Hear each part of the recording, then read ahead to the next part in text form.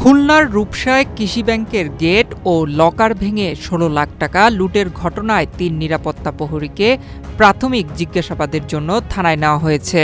একই সাথে ব্যাংকের কাছাকাছি থাকা একটি ওয়ার্কশপের মালিককে জিজ্ঞাসাবাদের জন্য হেফাজতে নিয়েছে পুলিশ। শনিবার দুপুরে তার দুটি প্রতিষ্ঠানে অভিযান চালায় ডিবি পুলিশ। আমরা যতটুকু জানতে পারছি তাতে নিরাপত্তা প্রহরী ছিল না। উনি নাকি সকালবেলা গেছেন আর নাকি রাত্রে আসছেন, আমরা যতটুকু শুনতে পারিছি।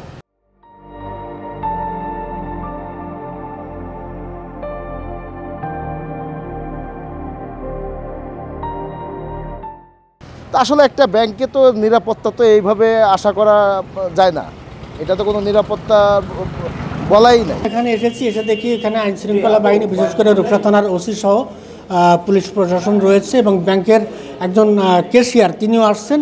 আর এখানকার যে সিকিউরিটি তিনি রয়েছেন, কিন্তু সে তার কথাবার্তা আমার কাছে কেমন একটু অসংলগ্ন লাগছিল।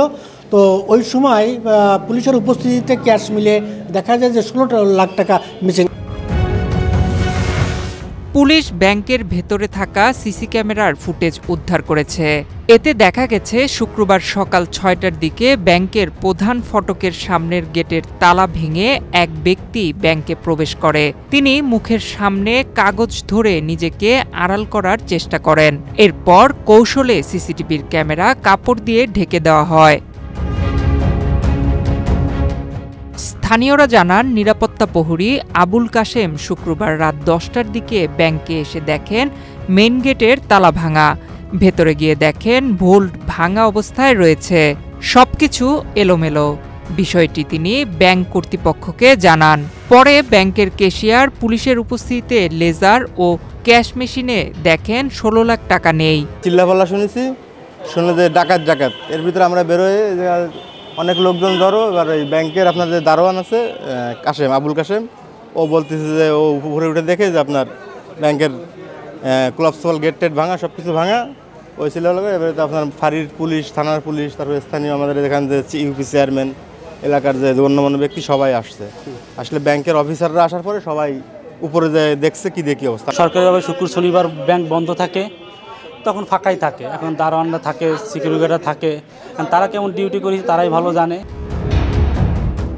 সর্বোচ্চ গুরুত্ব দিয়ে ব্যাংক লুটের ঘটনাটি পুলিশ তদন্ত করছে।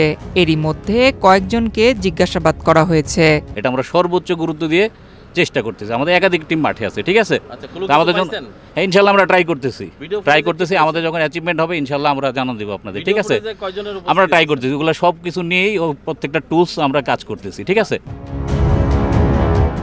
এ ঘটনায় জড়িতদের গ্রেফতারে অভিযান চলছে এবং ব্যাংকের পক্ষ থেকে থানায় মামলা দায়েরের প্রস্তুতি চলছে। নয়ন বিশ্বাস, বাংলাদেশ প্রতিদিন।